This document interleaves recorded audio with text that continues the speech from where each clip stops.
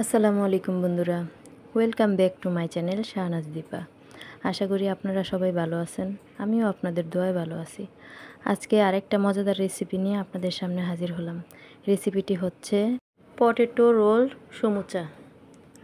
আমার সকল ইউটিউব বন্ধুদের কাছে অনুরোধ থাকবে, ভিডিও না টেনে সম্পূর্ণ ভিডিও দেখবেন, লাইক কমেন্ট শেয়ার করবেন। আর যারা আমার চ্যানেলে আজই প্রথম, তাদের কাছে অনুরোধ থাকবে ভিডিও দেখার শুরুতেই চ্যানেলটা সাবস্ক্রাইব করে বেল বাটন অন করে দিবেন। লাইক কমেন্ট শেয়ার করে পাশে থাকবেন সব সময়, আমিও আপনাদের পাশে থাকব। তাহলে চলুন রেসিপিটা শুরু করা যাক। প্রথমে আমি নিয়ে নিলাম আলুগুলো আমি ভালো করে ধুয়ে নেব।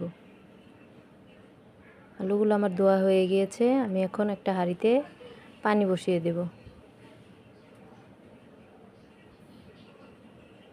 আমি এখন আলুগুলো কেটে নেব। আলুগুলো কেটে আমি এখন ওই গরম পানির মধ্যে দিয়ে দিব। এখন আমি ঢাকনা দিয়ে ঢেকে দেব। আলুটা আমার ভালো করে সিদ্ধ হবে। আলুটা এখানে ভালো করে সিদ্ধ হতে হতে আমি এখানে ময়দাটা রেডি করে নেব। আমি এখানে নিয়েছি 2 কাপ ময়দা আর হাফ কাপ চালের গুঁড়ো। তারপর আমি এখানে নিয়ে নিব 1 চামচের মতো বেকিং পাউডার, 1 চামচের মতো লবণ, আর এখানে দিয়ে দিব আমি কিছু কালি জিরা। আর এখানে আমি 2 টেবিল চামচ তেল দিয়ে দিব। দিয়ে আমি এগুলো মিক্স করে নিব একসাথে। মিক্স করে নেওয়ার পর আমি এখানে অল্প অল্প পানি দিয়ে গুলে নেব।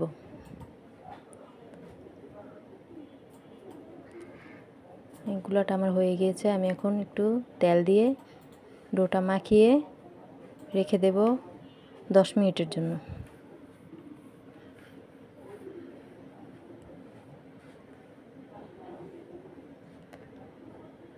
এখন আমি ঢাকনাটা উঠিয়ে দেখব আমার আলুগুলো সিদ্ধ হয়েছে কিনা।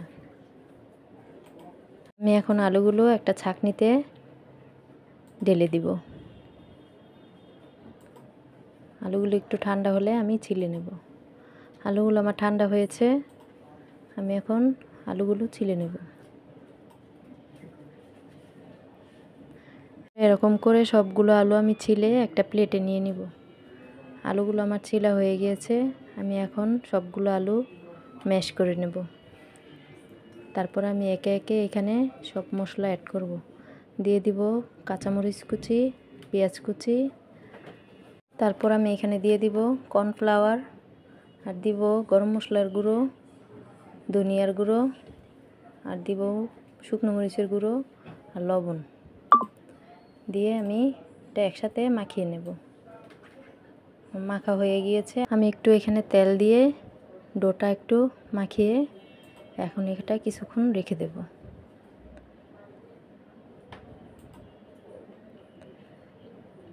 এখন আমি এখানে ময়দা গুলাটা দেখব। ময়দার গুলাটা আমার সুন্দর নরম হয়েছে। আমি এখান থেকে এখন একটু গুলা নিয়ে বড় একটা রুটির মতো বেলে নেব।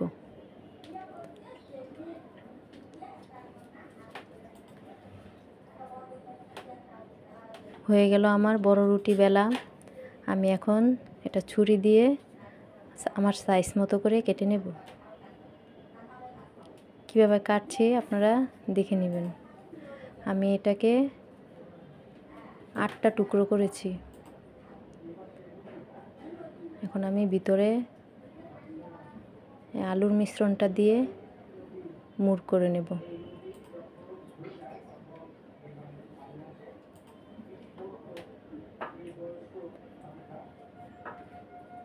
এরকম করে আমি সবগুলো সমুচা বানিয়ে ফেলব। সবগুলো সমুচা আমার বানানো হয়ে গেল। এখন আমি এগুলা রেখে আমি আরেকটা রুটি এরকম বড় করে বেলে নেব। আরেকটা ডিজাইন করে বানাবো, ওটাও আপনারা একটু দেখে নিন। আমি এই রুটিটা 4 ভাগ করেছি। চাইলে আপনারা এই ডিজাইনটাও করে নিতে পারেন।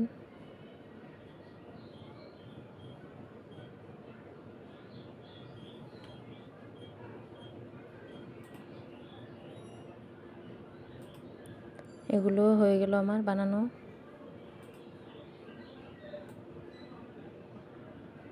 এরকম করে সবগুলো আমি একসাথে বানিয়ে নিব।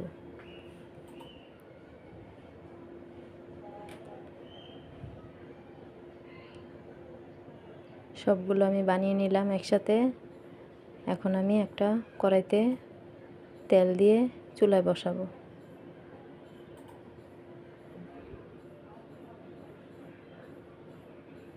তেলটা আমার গরম হয়ে গেল, আমি এখন সমুচাগুলো দিয়ে দিব।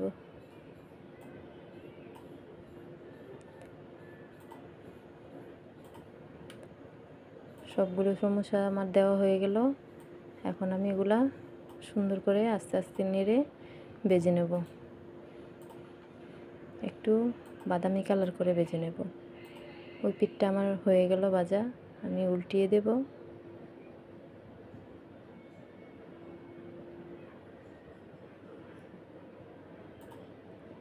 উল্টিয়ে আমি এই পিঠটা ভালো করে ভেজে নেব। দুই পিঠ আমার সুন্দর করে ভাজা হয়ে গেলে আমি সমুচাগুলো নামিয়ে ফেলব।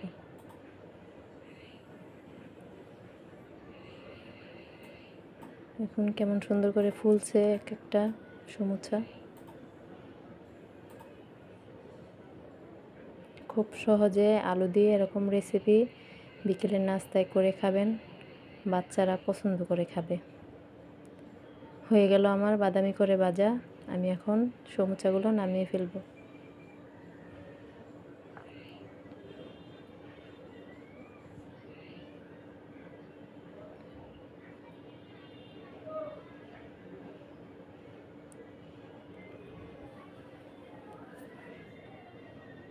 সবগুলো আমি তেল থেকে উঠিয়ে নিলাম। হয়ে গেল আমার পটেটো রোল সমুচা। এখন পরিবেশনের পালা। সুন্দর করে সাজিয়ে আমি মাঝখানে একটু সস দিয়ে দিলাম। এই সসটাও আমার হাতের তৈরি। আপনারা যদি সসের রেসিপি দেখতে চান তাহলে কমেন্ট সেকশনে জানিয়ে যাবেন, আমি আপনাদের সসের রেসিপিটাও দেখিয়ে দেব। বিকেলবেলায় এই নাস্তাটা বানিয়ে খাবেন, ভালো লাগবে। সমুচাগুলো খুবই ভালো হয়েছে। আমি একটা আপনাদেরকে একটু ভেঙে দেখাই, খুব নরম, উপরে শক্ত ভিতরে নরম, একদম সফট, খেতে দারুণ হয়েছে। আমার এই রেসিপিটা যদি আপনাদের কাছে ভালো লাগে এরকম করে বানিয়ে খাবেন। আর এরকম নতুন নতুন রেসিপি পেতে চ্যানেলটা সাবস্ক্রাইব করে বেল বাটন অন করে রাখবেন, আমি ভিডিও ছাড়ার সাথে সাথে যেন আপনাদের কাছে নোটিফিকেশন চলে যায়। আর আমার পাশে থাকবেন সব সময়, আমিও আপনাদের পাশে থাকব। আল্লাহ হাফেজ।